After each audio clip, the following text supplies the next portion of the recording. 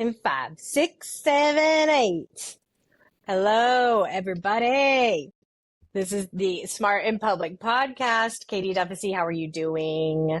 I am good, Katie Boyson. How are you? Yeah, I'm good. We're pretending like we didn't just chat and catch up for 30 minutes before we started this podcast. You guys, not only are we former colleagues, we're friends. Yeah. So we often chat right before we jump on, and then we realize we should have just recorded the chat because it's good chat. But we didn't. Oh my gosh. How's everything been going other than what you just told me? Tell the world. What's up with you? Have Well, you hey, recovered from the air show? I've recovered from the air show. It's school holidays for everyone in Australia. Oh. I would imagine it's maybe close to spring break in the US as well, but like similar vibes, 2 weeks Hmm. off school. Daycare's still open, bless them. So the girls are still going to daycare, but my little boy is sort of in and out and home and grandparents and all that fun stuff. And we've had like one of the ideal like holiday stretches in Australia where we got like the Easter long weekend and then there was like a Hmm. couple of days and then now we have the Anzac Day long weekend. And so a lot of people have taken these 3 days off because you actually end up with like I think you can take Oh, 6 days off and you get 2 weeks or something like that. And I was, silly and didn't. But that's what a lot of people are doing. So I was in the office yesterday and it was like very quiet, I very, very love that though. I love that. I got so much done and it was like actually really relaxing and it was nice. But yeah, Australia's officially on holidays at the moment. You know what Scott is still beating his drum about every single year when Easter comes around is that he says Americans do not do Easter. And Wow. not that we're not like religious, you know that. Yeah. But it's the whole holiday around Easter in the US that is lacking. And also we cannot find a hot cross bun anywhere. Americans do not even know what they are. They think it's a song you learn on your recorder in kindergarten. Oh my Like, gosh. no idea. And so I've had to make them. Okay. Wow. Well, first of all, props to you for making them. They're not the easiest to make.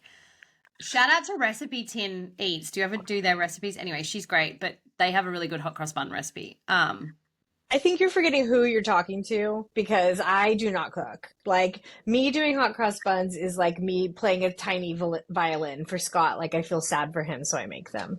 Okay, okay. Now that I know this, maybe I need to like get you some hot cross buns next Easter and get them over there. Because for the Americans listening, hot cross buns are delicious, but also it's become like quite a joke how soon they come out after Christmas. Yes. Like you go through like the Christmas decorations in the store and then it turns into like late January, early February, and you start to see the hot cross buns emerge. So by the time it comes, you're a little bit like, I don't know if I need another hot cross bun, but are really good ones. And there was this year, one of the really good ones was from this place in Haberfield, which is a little suburb in Sydney, a big Italian community. And there's this bakery called Papa's, and they do like a baked sheet. Like if you're ever in Haberfield, like get out there. But they did a pistachio cream hot cross bun. Oh, yeah. Hmm. I didn't have it, but I just read about it. It looked amazing. We, Like Scott now, on the old hot cross. Scott now in the grocery store, he'll be walking around not seeing a hot cross bun in sight in the US, and he'll be like, we'd be sick of them by now in Australia. Yes, you Can't would. even find one here. Oh my gosh. Oh God. Okay. Well, that's a good I know. useful tip. You deprived Americans not getting your hot cross buns. We also don't get days off for Easter. Like usually kids will have like their school holidays or sorry, spring break like around top and tail or whatever. Yeah, but not always. And it just depends on the school district that you have or whatever. Like holidays? Like any national holidays for Easter? No. No. Yeah. Mm-mm. Yeah. I mean, it's So kind of strange that we get them because, like, I would say as a general rule, like, we're not, as a country, we're very like, mixed and not religious. I mean, we have a Christian sort of background, I guess, as a country. But yeah, we've just kept them. I think that's just very Australian. We're like, no, we're not losing those. Let's just hold on Yeah. to the Easter holidays. And then we have Anzac Day on Friday, and it just happened to fall like in the right zone so that you got like all of that stuff. Anzac Day is also my favorite Australian holiday. Anzac Day is a great, like, it celebrates, our servicemen and women, and it's like the dawn service is amazing. If you get out to it, there's all around Sydney they do dawn services, and then you play later in the day. You go to the pub and you play two up at the pub, Yep. which is really fun, and it's a good day. But fun story, Maya is playing, my stepdaughter who plays the trumpet and goes to the Sydney Conservatorium of Music, is doing a whole bunch of performances on Anzac Day because she's got to do the last post. So It's so cool. Very cool. Very cool. Mine is so cool. Is she still scared of me? Little fun story. So I feel like we have a lot of explaining to do in that story. Like, Americans, you don't know what two-up is. You don't know what dawn service is. Just Google. Just Google it, you guys. Two-up is very fun. It's a gambling coin game. And then Maya, fun story. So the third piece is Maya and my relationship. So how old was Maya when you met her? Probably like 11, 12? Yeah, 12. Yeah. Yeah, and she, I used to like to pretend, because Andrew and Katie were like my adopted parents when I moved to Australia. We like did Easter holidays and stuff. And I just like to pretend that I was a part of the family. So I used to call Maya my sister, and, she is a bit shyer than I am. So, like most people are, I think. And I would just run up and give her a hug and try to embarrass her and talk to her like she was my sister. And she was like, who is this adult that is not giving me my personal space? In no way my sister. And our friend Katie. She's coming for Easter. And Christmas Day. Yeah. Anyway, so I love Maya, whether she loves me or not. Well, she's an adult now, so I'm sure she would be a little bit more receptive. Not in my eyes. She's a baby. She's my little sister. All right, should we get into it? Let's get into this. We are going to get on track. If you are looking for us to get to the point, you're at the wrong podcast.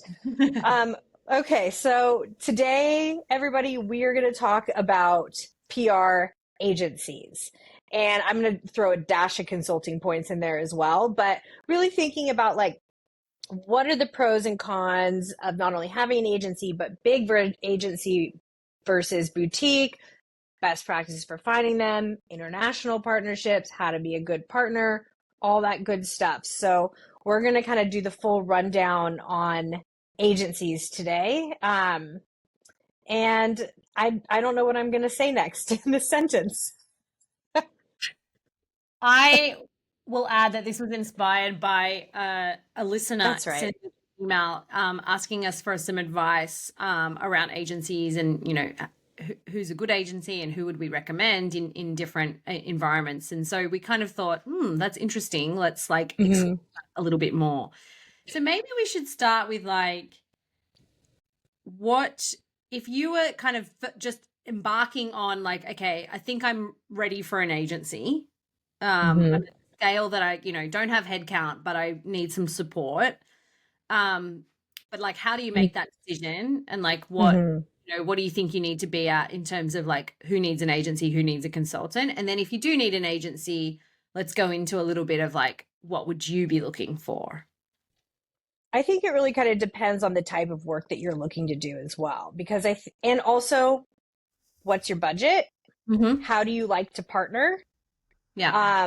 And what kind of time do you have to give to either a team like an agency, because you need to stay close with them, in my opinion. Yeah. Or do you would you rather have somebody that kind of has, if you had one person like a consultant who has very high skills and can just run, you know? And so I would first start with thinking about, what is it that I'm actually looking for in support? Like, do I need support with an executive? Am I filling a knowledge gap that I have that would come in? Like, I think that plays a big part of it as well. I think if that's the case, like the knowledge gap, maybe thinking about a consultant.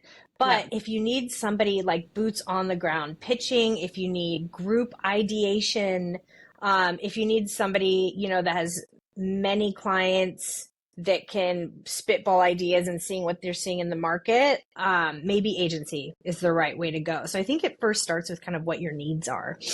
I think it's like, what's the problem you're trying to solve? And to your point, like if you are the senior person in-house and maybe you don't have a team, but you don't necessarily need someone to play that sort of strategic or exec comms role, and sort of building out all of that stuff, but you really do need some hands-on support. The volume of work is getting high.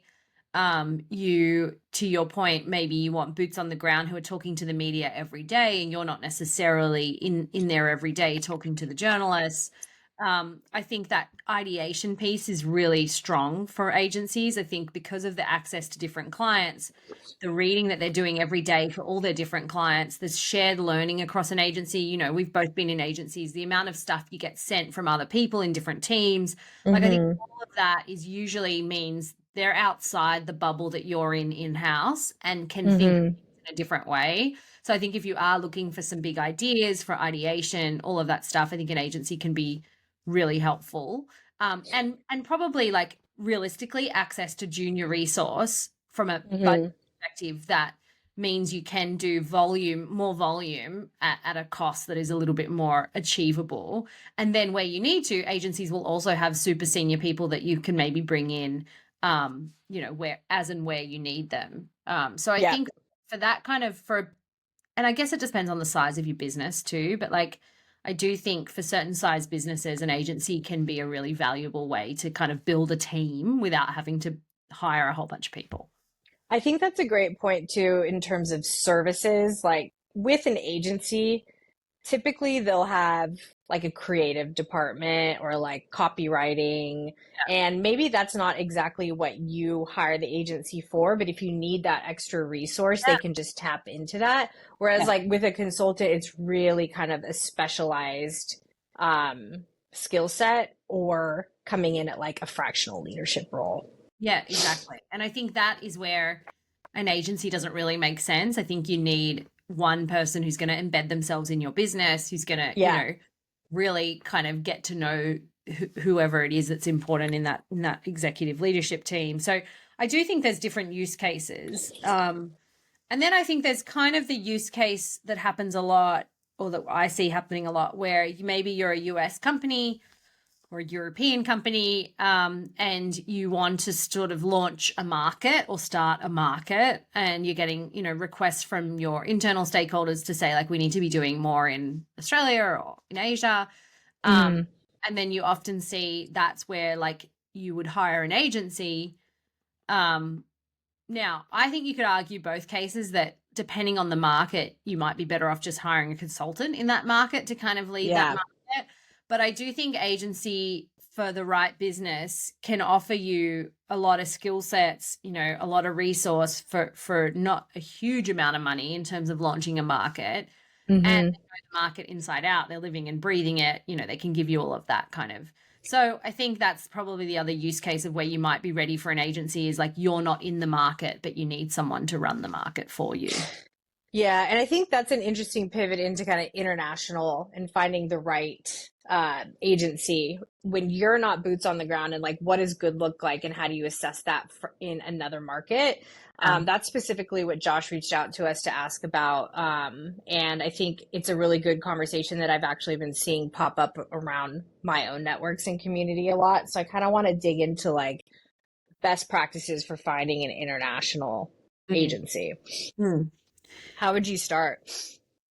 Well, it's hard for me because I guess I've never myself, I've been at the international agency, if you like, but I've never sourced one from, actually, that's not true. India. I was going to say, think about India. Think about, lying to myself. Okay, so there's a couple of things I would do and have done. I think first and foremost, I do think reaching out to your network of people who may not, who may have worked in those markets to see who they like, who they've worked with before. I often, and it sounds, I think sometimes I kind of can turn my nose up at the awards that agencies win, but I do sometimes go and look at who's been winning some of the awards in the market and what are the campaigns that they won them for, just to get especially if you have no idea of the market. I personally I preferred to hire boutique agencies in those markets that are sort of bespoke to that to that market, or born out of that market, if you like, versus, and I'm going to throw out some names and I'm not trying to offend anyone, but like the Edelmans, the Bursons, the whatevers, right? Yeah. Having said that, what that doesn't get you is scale across markets. And so Yeah. I think that model works if you've got very specific countries that you need to target and you want a really, really strong local agency. Then born out of market agencies, I think, are a little bit stronger. If you need to scale across markets and you want to build a hub model where you maybe have a lead agency and then they engage with agencies in their different markets, then probably one of the bigger agencies is the better way to go. And they are very strong at that, where they have a really strong regional team. And a good example in Asia is usually the regional team will sit in Singapore or in Australia, and then they have smaller agencies or smaller teams for those, a smaller market. Then they can engage with those teams, and you don't necessarily have to do that, and you can kind of scale out if you've got sort of that widespread coverage that you need across multiple markets, particularly in a market like Asia. That's probably like a decision. Yeah, I like the idea of both. I think the one benefit I would say for a bigger agency in terms of being able to go across markets and having that connection as well is that they all talk to each other. They're like on account calls together. It's super in sync versus when you have boutiques and you're having to coordinate and then you're the person that is making sure that everybody is talking to each other. Agree. Because I'm sure most of us have been on those calls where it's like you've got 4 different agencies on the call and maybe everyone's too afraid to speak and contribute, or everyone's trying to outdo each other and contribute. So like having somebody, I can see the benefit of a bigger agency that covers all those international markets, because instead of you coming in and bringing and filling everyone in, it's everyone's already filled in and then they're bringing ideas to you. Yeah, and with the bigger agencies, you do tend to get what you were talking about before, where like if you did need other services, they can tap into those very and some of those more boutique agencies don't have that sort of scale. It's just been my experience as I've started markets, that those boutiques tend to work hard is not the right word. They're scrappy. They're scrappy. They're kind of really for the business. I think they go above and beyond. I've found that they really embed themselves in your business. So, I've worked for both. I think there's benefits to both. That's just in my experience, having launched a few markets, I've found that boutiques have been fantastic. But as scaled, there were things that didn't quite work. And to your point, it's sort of like you could be running 5 agency calls a week if you've got 5 markets and 5 different. So like there are times where it's to get from a scale perspective, it doesn't work. But I think if you just a smaller budget and you just wanted to start a market, then start looking at who was like a born out of that market agency. I think also like one thing that could toe the line of something that would work or would not, just depending on the relationship that you have, is like ask the local execs in region, like who they've worked with before, like at past companies. The one thing that I would caution against that is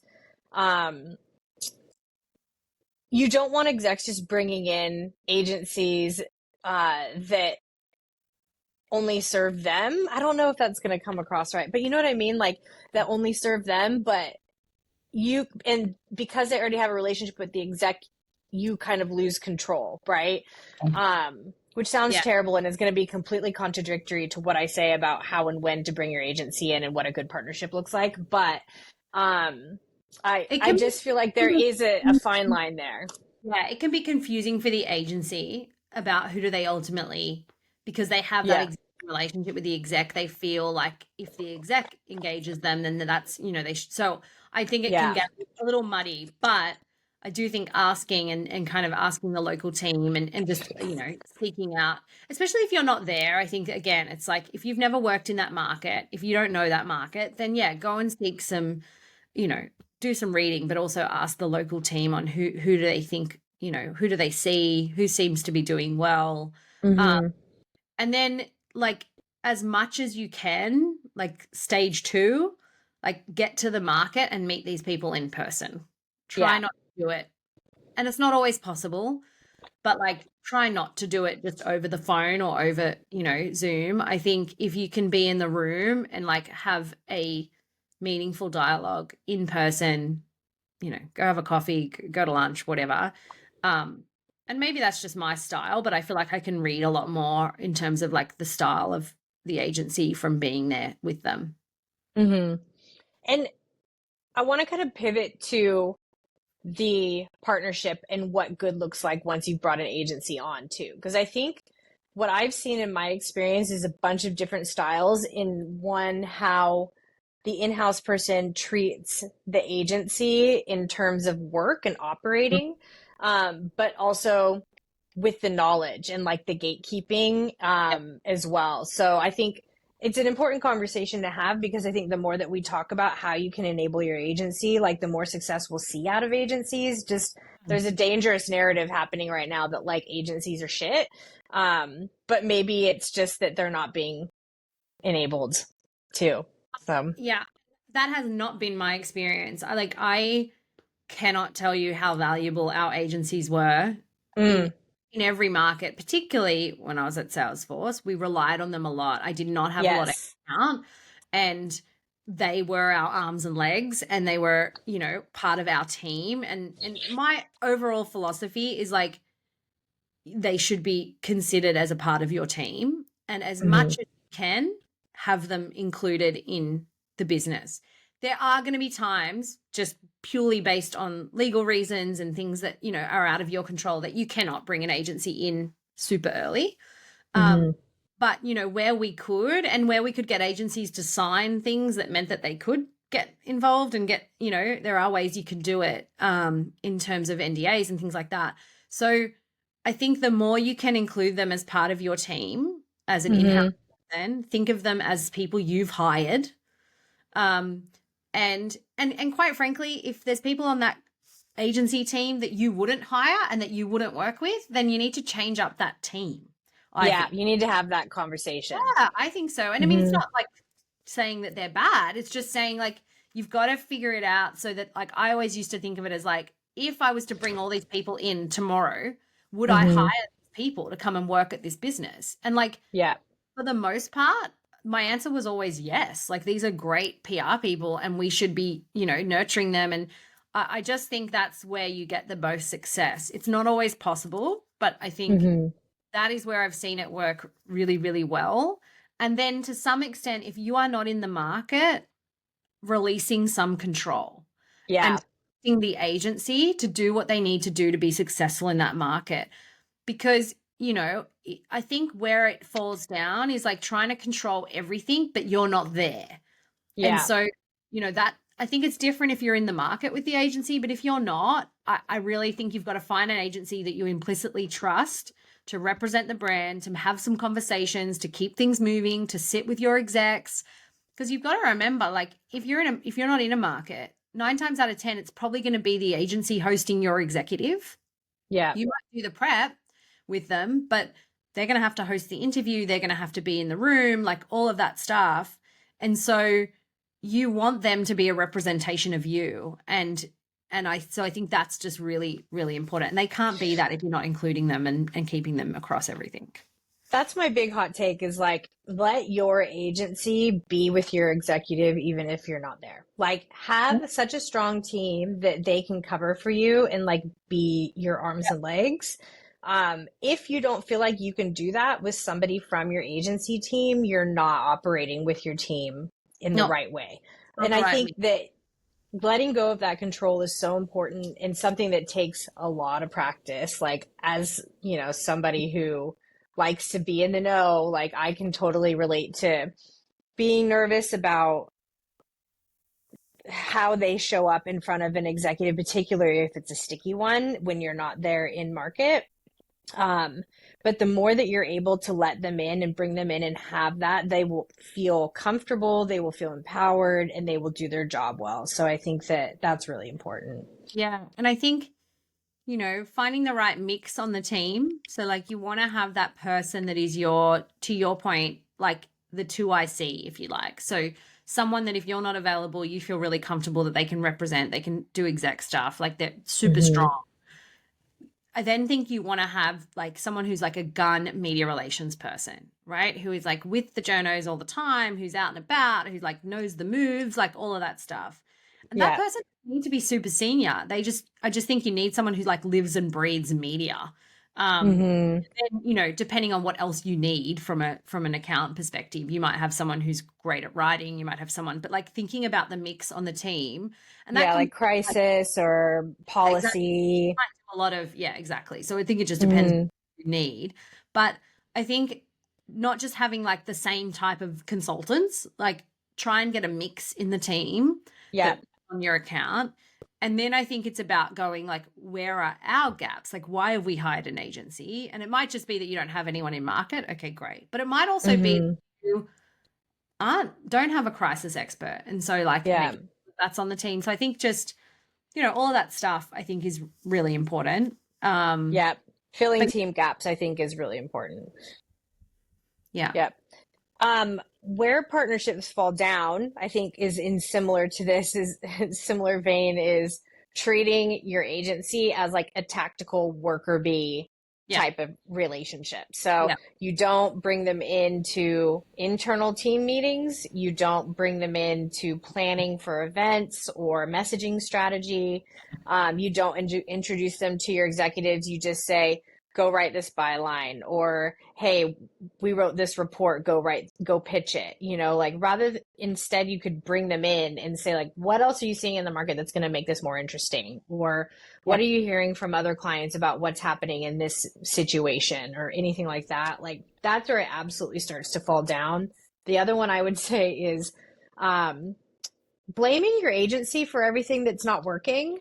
Whether they hear that or not, that feedback, I just think that feels a really negative environment, because who are you blaming it towards? It's typically, your exec is hearing that. So then when they go to work with the agency, they don't respect them.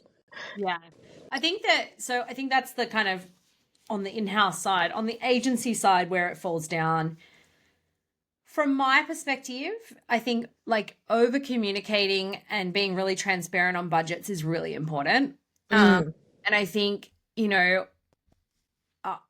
I have lost trust in agencies is where there isn't that transparency and how the money is being spent. And that's not to say it needs to be like you're micromanaging every dollar, but it's like being super clear on where the budget's at. I think what used to frustrate me is you'd get to the end of a quarter or a month and the agency would say, oh, we massively overserviced.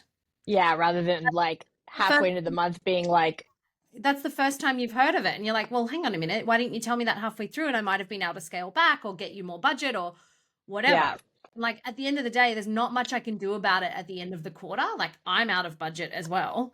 And now I feel bad because you've got this agency who's over servicing us, and like I need to figure out why we over service, like all of that stuff. So I think transparency and like regular check-ins on budget is really, really important.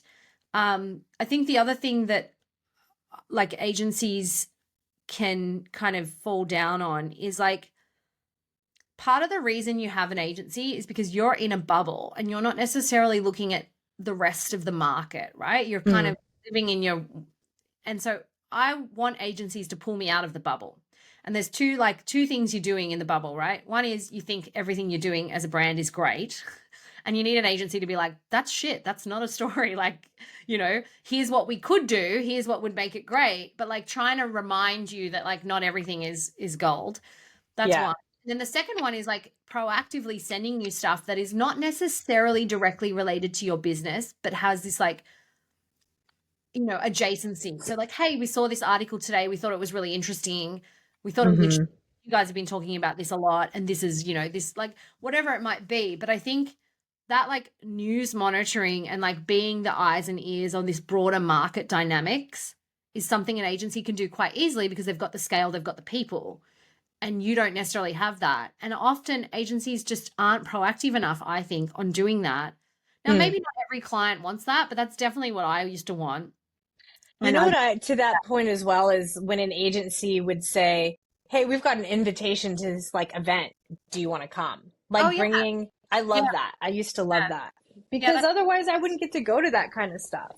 yeah, that's a really good one. Yeah. And the other, like, just back to success, I think if you can bring your agency in-house, so like having someone come a day or two a week, and not everyone can afford this. Like this is, we're talking like when you have a sort of quite good budget. Yeah.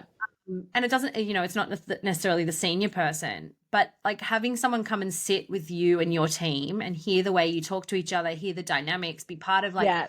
conversations that aren't like client service related. They're just like, what'd you do on the weekend? Like all of that stuff, relationships. They also hear how the rest of the business talks. They probably join meetings that you would never have invited them to virtually, but like because they're there, you're like, why don't you join this meeting? And it just, so like any agency person, if you can get time in-house, do it. And vice versa, if you're able to offer it. And like my advice to agencies, and I've had very good agencies in the past who've done this, is like if you can make that cost effective for the client, like take on some of that cost because the learning for your people will be great. Like maybe it's, doing it at a half, charge out rate or whatever it might be, whatever you can make work, but offering that to the client to say, hey, we'll send someone one day a week when you're in the office and we'll charge you at half the rate. Like agencies should be doing that and clients should be offering to let people come into the office. I just think that works really well. Yeah, that's a good point. And I feel like we've been so privileged with the agencies that we've worked with in the past. Like it's just been really good, but that has been a big difference. And I remember when I was at an agency that helped me, especially when I was in my like junior roles, just learned so much. Like you just start talking like the client. It just becomes like a natural integration. Vernacular. You also just get to know them as a human because you see them going out to like whatever. Like you just get to know them, I think, at a broader level. Clients, they're just like us. They eat lunch. Getting lunch. But often like I would then be like, oh, do you want to go grab lunch? Because I'd like feel bad that this person's sitting there and they're not, they don't know where the lunch spots are near they're used to working somewhere else. And like as a client, you never just randomly ring up your agency and be like, you'd have a planned lunch maybe once a quarter, but you wouldn't just be like, should we just go grab a sandwich? But if they're in the office, you'll often do that anyway. So it's like, I think it's a really important thing if you can do it. Not everyone can do it. Do you remember when you were agency side and you would go into your clients' offices and work? And did you ever try to like hide when you were working on other clients' work? Not that you're doing anything wrong. It just feels weird because you're in the office. It does. That's hard. I think that's the thing you've got to remember as a client is like they will be doing other things. Like they're not just, but if you could structure your day so that one day you're in that client's office, you're doing their work, that's probably better if you could figure out your week. But obviously, like if there's something big going on with your other client, you need to do it. So I think everybody needs to kind of understand that. But yeah, totally. Of course you'd feel weird and you'd kind of be like hiding in the corner. But the other thing I remember, so when I joined Burson, part of the reason I joined was the role was sort of a dual in the agency, but also in-house at the client. And at the beginning, it was quite hard because, you don't know anyone on the client side and you're used to being in like this fun agency vibe. And then you go up to the client's office and you're like, I have to behave and I have to like, But what happened over time is that I started getting invited to their things, like so-and-so's farewell and so-and-so's thing because you just became part of their office. Yeah. And so I actually think it was really good. And it was a really good entryway into like, would I like in-house? Because often you're like with just the client and there's the two of you usually if it's that size. And so it's like, this is what it would be like working in an in-house business. You're probably one or two comms people and then this bigger, broader business that has all these other priorities that you're hearing about. And it made me realize that I wanted to go in-house and I wanted to have that like deeply embedded thing. But I maybe wouldn't have realized that if I hadn't and other people might have the opposite reaction. They might go and work for the client and be like, I'm not doing that again. Yeah, it's so true. But, I think for me, it was a really good learning environment. Yeah. Yeah. I loved it. How do you feel about what the RFP process looks like right now? Oh, oh. I'm not going to lie. I've probably done some like over the top ones. I would say that where we used to work, we had a pretty gnarly RFP. Guilty as charged. And we Only knew it. because, Like, we knew that we were embarrassing. yeah, we somewhat had, a process that was outlined for us. I think we tried to make it as simple as possible within the environment that we were in. And look, once you get to quite a big business, there's procurement teams, there's rules around how you procure services. Like there are some things you have to do from just a legal and a procurement standpoint. And so that is what it is. That's always going to be if you're in a big enough business that we had got to. I think in the early days where we were not that big, we could definitely do it. Like when I started some markets, I definitely did not. It was like it was like, let me meet the agency. Do I vibe with them? Do I think they're cool? What are their creds? Yeah. Yeah, great. Let's get going. And I kind of knew that like I would know in 6 to 12 months if it was working or not. I think this idea of like getting agencies to present, full plans when they don't know your business, I do think ideation is important, like giving them an idea to start with and say like, what would you do with this, can be helpful to see the thinking. But I just think you've got to be really careful that that's their IP. And if you don't choose that agent, and that's what I've seen. You can't use it. You can't use it. And that's like, I have seen that happen. I've never done it, but I have seen it happen where that happens to agencies. And I think it's really crap. I also think agencies are working hours and hours and hours on these pitches. Yeah. And they're investing all this time. And yeah, like we've definitely been guilty of it. We know it in terms of like making them go through a very long process, not of stealing IP. But yeah. I would say that turnaround time, depending on how big and how deep you go on your RFP, like how much content do they have to read? What does the project look like? What else do you want to see in terms of information of like either creative opportunities or like a content strategy or something like that? Turnaround time, I would say you've got to give them at least 2 weeks. Like you've got to, especially thinking about all the other clients that they're serving. God knows how many other proposals they're putting together. I just feel like that's the reasonable amount of time. Yeah. I also think like be proportionate to your budget, right? So like if you are starting a market and you've got like $20,000 a quarter or a month or whatever, like if it's not a budget, don't ask an agency to pull together like a whole massive, like that's just not proportionate to what you're spending. Just start them on a project, give them some budget, see if they do a good job. If they do a good job, hire them as your agency. Like it's pretty, like I just don't think you need to do that if your budget is not. Now, if you are spending a significant amount of money in the year with an agency, there is a process that I think you should go through that is a little bit more deeper to choose that agency, because it's a lot of money and you're probably going to be one of their biggest clients, or at some point we were for some agencies. And so I do think there's a level of due diligence when you're spending that amount of money that you need to look at certain things. But do I think you need to kind of milk them for everything ahead of, like, no, like find out who's on the team, see if you like who's on the team, get them to present a couple of key ideas, check up on their references. Yes, like make the reference calls. Like people don't do that. Like go and make a reference call. I mean, to be fair, they're going to give you the clients that are happy with them. They're not going to give you the clients that aren't happy with them. Yeah.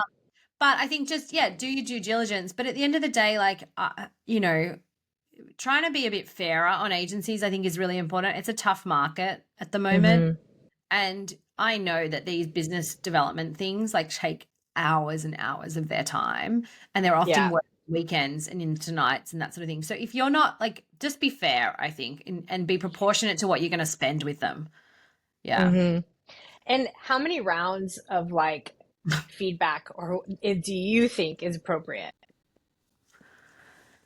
Well, I think this is where it gets complicated in terms of like how many stakeholders need to be in this decision.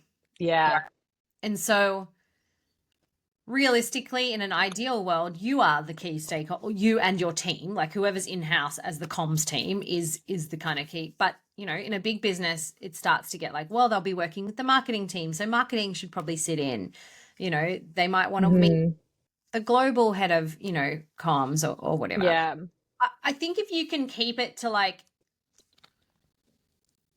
it's hard, like a short list to start with, like, so get your list down to a short list based on like general creds that they don't have to do anything extra for you on.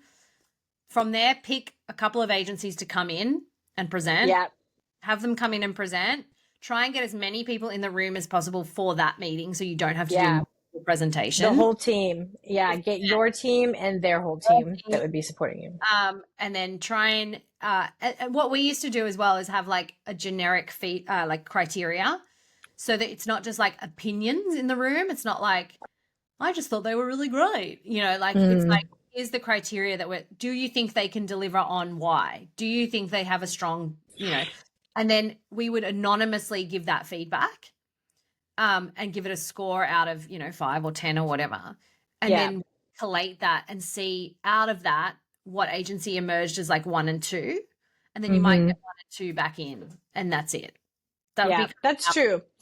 You know, the scorecard is an important piece.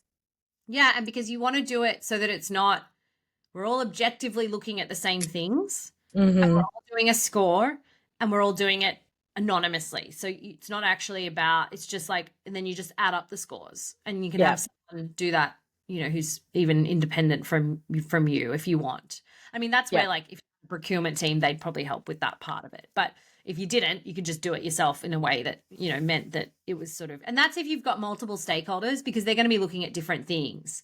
Yeah. Well, but it helps align on what the team needs. So you're scoring based on what the team needs, but then you get everybody's objective opinion on that thing. Yeah. So ideally, like, I don't know, 3 kind of core meetings, I guess. God, I know. Here's how I feel about it. Just to beat a dead horse. Do the meeting that everybody is in, your team and their team, so the presentation, and then do the scores. And I think the score is an internal meeting, so agency is not in that one. So do a meeting to talk about the scores, and then whoever comes out of that, like whether it's you who's the global head or your global comms person wants to meet them if you're in region or whatever, let them have individual calls with the leads of those teams at the agencies and then call it a day. Yeah, I mean, where you can, and again, like all of this is like we're trying to talk in like, you know, in general terms. It all depends on what you need, how much budget you've got, blah, blah, blah. If you can, in a smaller market, I would do a project with an agency as well. Like just start with something if you want to see how it works, and maybe you don't need to commit to a full, you know, year retainer at that point. That I think is a really good way to see how you work together, but that doesn't always work if you need a big retainer agency and you've got like a lot of work coming. You need to actually get an agency fully onboarded, but it can work in smaller markets.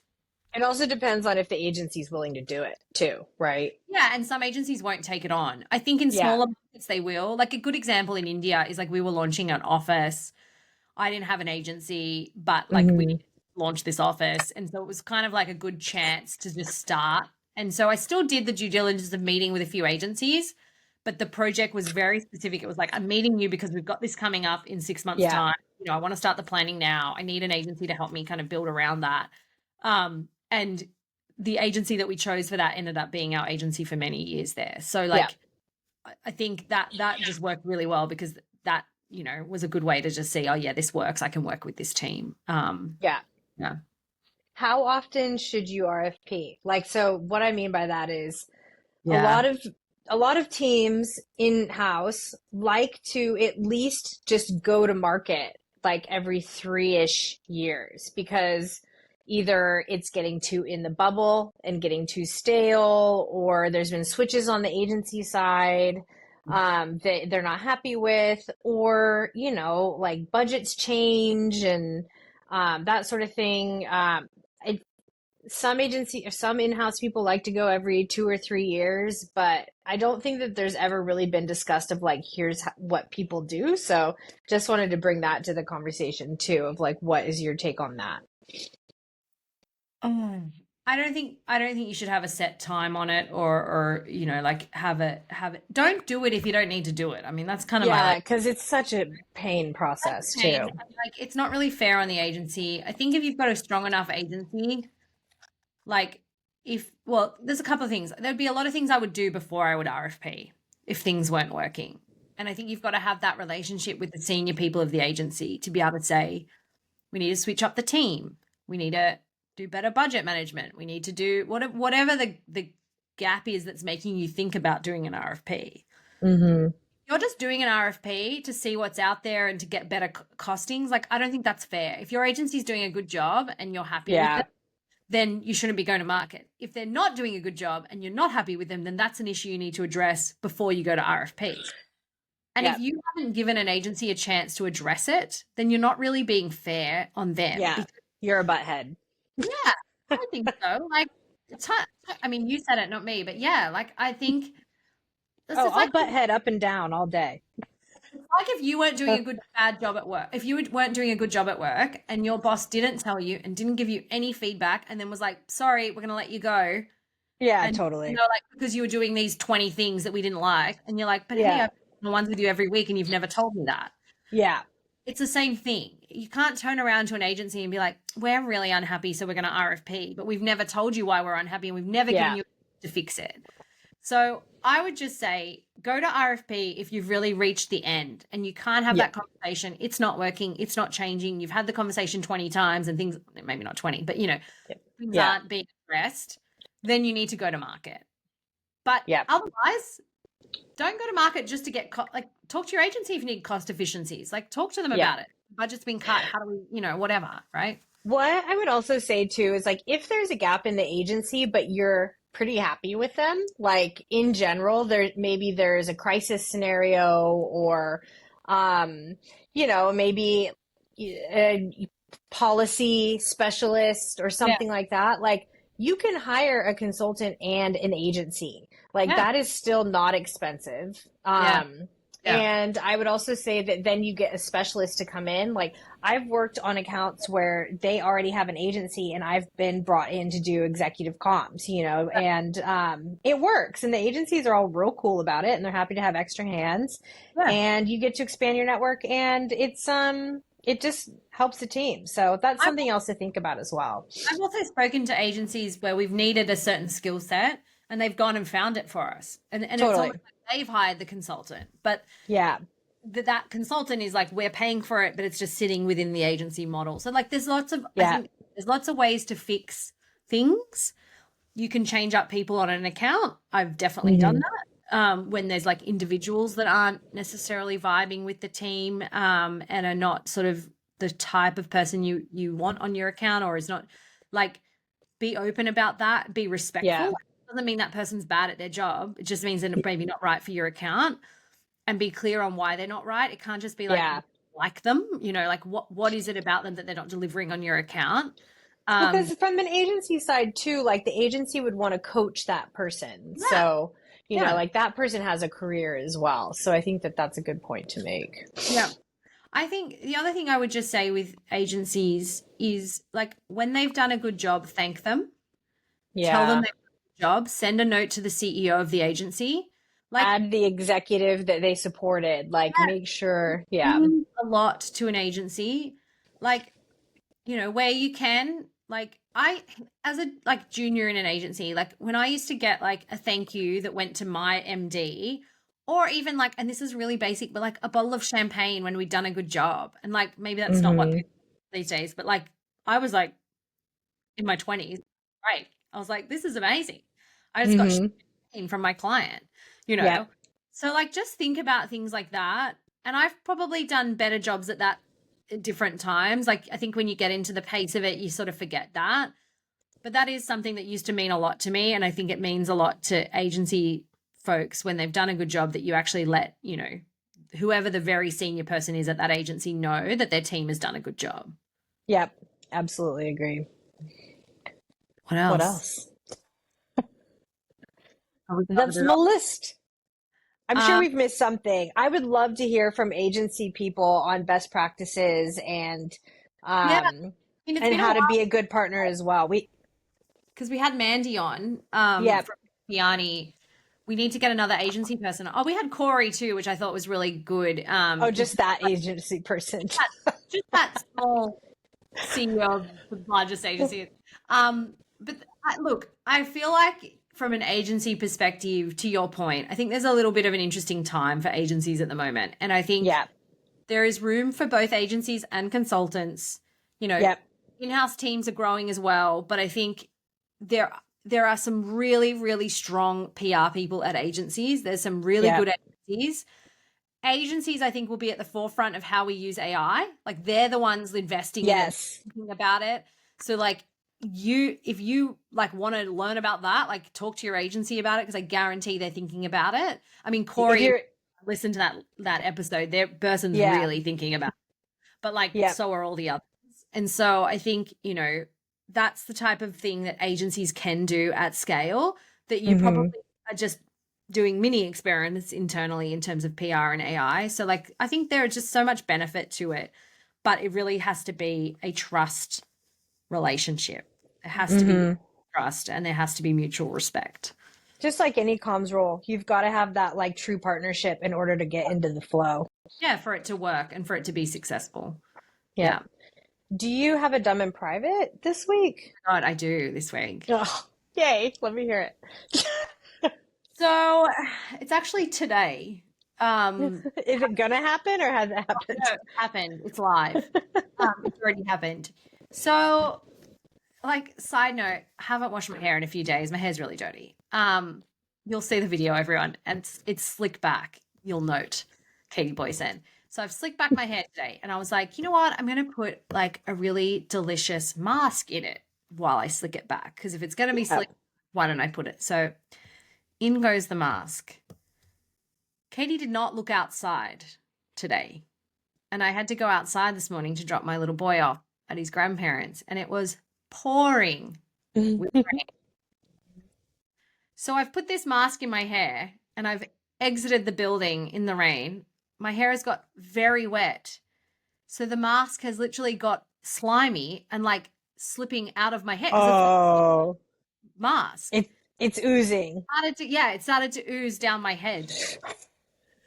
That's such a good one. Now it's removed from my hair and my hair is just slightly wet and slicked back. But like when I say I went to town with this mask on my hair, like it was thick. And then when I say it was pouring with rain, it was pouring with rain. And now, did I have an umbrella? Of course I didn't. I don't know where any No. umbrellas are in my house. That's another dumb in private. I swear I buy an umbrella every like I don't know. But I didn't have an umbrella. I didn't even have a rain jacket on. I was like, we're just getting outside to get to the car. And I had mask dripping down my face as I was driving. That's a perfect dumb and private. That It's a is good why we're here. So yeah, that literally happened this morning, about approximately an hour ago. You guys, I didn't even know that she had such a good one. I just asked because we didn't ask last time. Here we are. It happened live. I was like, saving this for later today. Noted. Yes. But Oh my gosh. equally be my dumb in private. Like, I swear to God, like, where are they? It's like socks. Like, where do they go?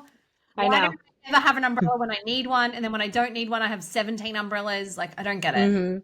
I know. Why- Scotty and I live in Bend. It hardly rains. It just snows. And so we don't really think about it until one day it rains. And so we also have the 700 hidden umbrellas. Yeah. Well, they're always in the boot of the car because they're like the car umbrella that you got with the car. But that's not Oh, really yeah. helpful. Okay. Like, That's very bougie of you I that you're know. giving yourself away. Like, as I said it, I was like, well, okay. We'll blame Andrew for that. Yeah, that's not me. Listen, that's not me. That's totally Andrew. We're going to blame him that he buys the cars that come with umbrellas. I love it. Well, if you have any feedback for us, agencies, reach out to us. If you've recently had a good experience with an agency or a best practice or a learning, let us know. We'd love to kind of share them and keeping this conversation alive. But email us at hello@smartandpublicpod.com, or you can reach us on TikTok and Instagram at Smart and Public Pod. We also, I'm slowly but surely uploading those YouTubes. We're getting Did there. I say that like a geriatric millennial? The YouTubes that I'm uploading. My mum on the email. Yeah. I had a mutual friend of ours, Devasy, who is a Gen Xer. He was telling me, he's like, yeah, I've been watching all your episodes on YouTube, but I don't know why, I just stopped getting them. And I'm like, what do you mean? He's like, well, I only watch them on YouTube because I like to watch them. He's not listening to all 30 episodes. This is our 30th episode, by the way. All 30 episodes. I know. He's watching them on YouTube. So I just thought that was really funny because there's only like 10 uploaded. Yeah, I was like, no, it's a podcast on the ears. So go that way. Bless. I know exactly who this is. I know. I don't want to say his name because he'll be embarrassed, but it's very funny. Me after he was chatting with you. So I know exactly who it is, and it's someone that we really want to get on the pod, but we have to encourage him. So we'll see. Yep. We'll see. Yep. Okay, cool. Well, everybody was great. To Chat Agency. Good to see your face, Katie Duffy, and we'll talk to you guys next week. Bye. Okay, bye.